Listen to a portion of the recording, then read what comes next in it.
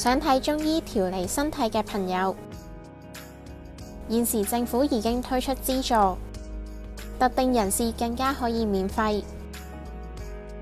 一齊嚟了解一下。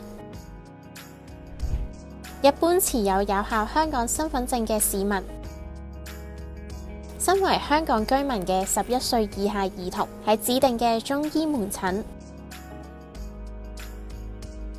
已經可以享有120蚊嘅收費優惠。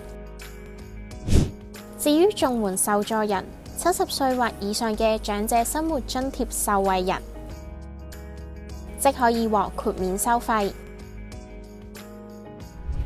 要留意，如果選擇咗政府資助中醫服務，就唔能夠使用醫療券或者其他折扣。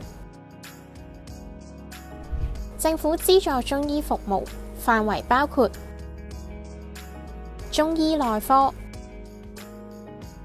包括診金及按臨床需要，包含不多於5劑中藥；針灸、骨傷、推拿。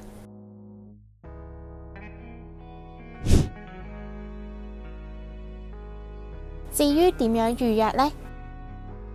可以直接致電各中醫診所，或者透過18區中醫診所流動應用程式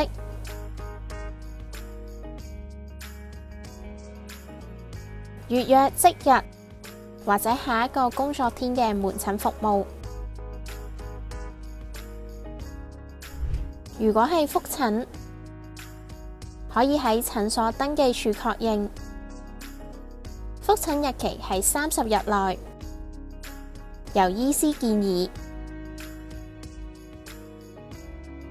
有邊幾間診所係有提供政府資助中醫服務呢？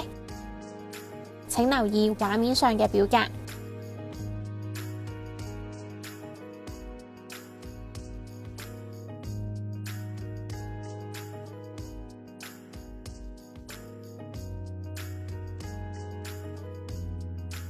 詳細地址同埋資料，可以瀏覽醫院管理局嘅中醫動網站。